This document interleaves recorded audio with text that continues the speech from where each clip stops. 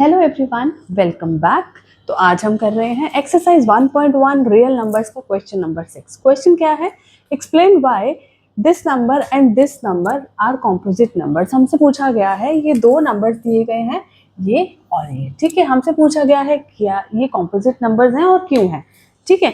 तो composite numbers क्या होते हैं, सबसे पहले आपको ये पता होना चाहिए। कॉम्पोजिट नंबर्स वो होते हैं जिनके दो से ज़्यादा फैक्टर्स होते हैं। तो हम लोग चेक करते हैं क्या ये कॉम्पोजिट नंबर्स हैं। तो फर्स्ट हम ये वाला नंबर लेते हैं, 7 इंटू 11 इंटू 13 प्लस 13।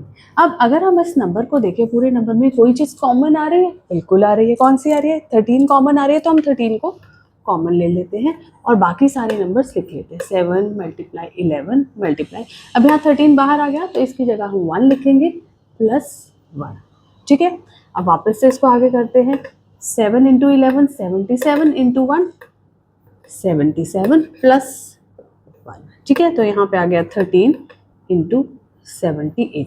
अगर हम यहाँ देखें 78 क्या है? एक इवन नंबर है, इसके फैक्टर्स चेक कर लेते हैं हम। तो 78 के फैक्टर्स क्या होते हैं?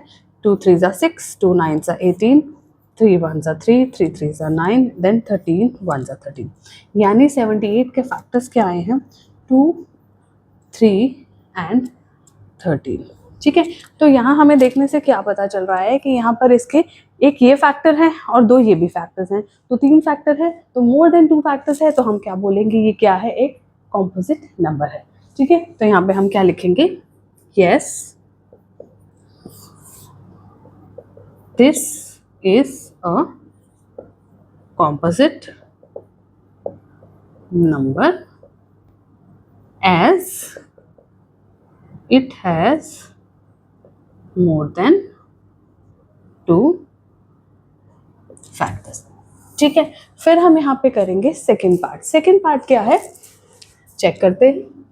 7 multiply 6 multiply 5 multiply 4 multiply 3 multiply 2 multiply 1 plus 5। अगर हम यहाँ पर देखें, यहाँ पे क्या कॉमन आ रहा है? यहाँ भी 5 है, यहाँ भी 5 है, यानी 5 हमारा कॉमन आ रहा है, तो उसे हम बाहर ले लेते हैं। 5 यहाँ लिया तो यहाँ पे 7 मल्टीप्लाई 6 मल्टीप्लाई 5 की जगह क्या लिखेंगे? 1, 5 1 आ जाएगा। Multiply 4 multiply 3 multiply 2 multiply 1 plus यहाँ पर फिर लिखेंगे 1, ठीक है। समझ आया यहाँ तक? तो इसके बाद हम क्या करेंगे? 7 6, अगर हम यहाँ पर देखें क्या है?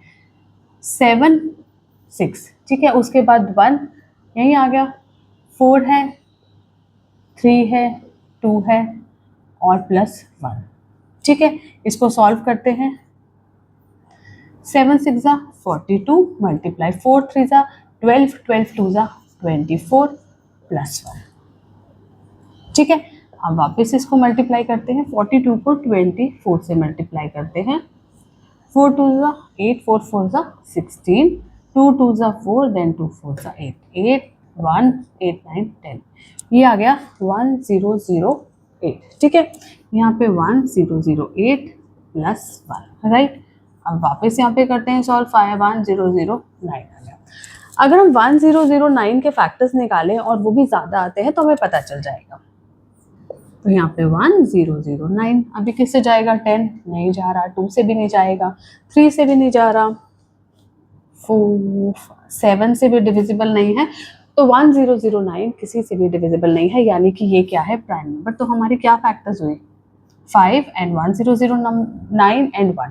तो क्योंकि इस वाले नंबर के भी मोर देन 2 फैक्टर्स, 3 फैक्टर्स आ गए तो मोर देन 2 फैक्टर्स हैं, इसीलिए ये भी क्या है? Composite number. तो वापस से हम ये लिखेंगे, yes, this is a composite number as it has more than 2 factors, ठीक है। बहुत ही इजी क्वेश्चन है पर आ जाता है क्वेश्चन में पेपर में आ जाता है, ठीक है। तो कैसे कि आपको पता चल गया, एक बता देती हूँ आपको, ये वाला बता देती हूँ। यहाँ पे हमें 5 दिख रहा है, 2 बार आया है, उसको हमने कॉमन ले लिया, फिर सारे नंबर एज इट इज लिए, सिर्फ 5 जहाँ जहाँ था उसकी जगह 1 लिख दिया, ठीक है। अब हमने सबको जब मल्टीप्लाई किया तो हमारा 1009 आया। 1009 के अगर हम देखें प्राइम फैक्टर्स क्या होंगे, तो ये प्राइम नंबर है, इसके कोई फैक्टर्स नहीं हो सकते, ये 2 ही फैक्टर्स होंगे इसके। तो इस तरह से हमें पता चला कि इस नंबर के 1, 2 एंड 3 फैक्टर्स हैं। तो जिसके 2 से ज़्यादा फैक्टर्स होते हैं वो कॉम्पोजिट नंबर होता है। तो हम कह सकते हैं कि ये दोनों नंबर क्या है, कॉम्पोजिट नंबर्स है, राइट। आपको इसी तरह से एग्जाम में सॉल्व करना है इसे। I hope you understand this. मिलते हैं नेक्स्ट सेशन में नेक्स्ट क्वेश्चन के साथ। Thank you.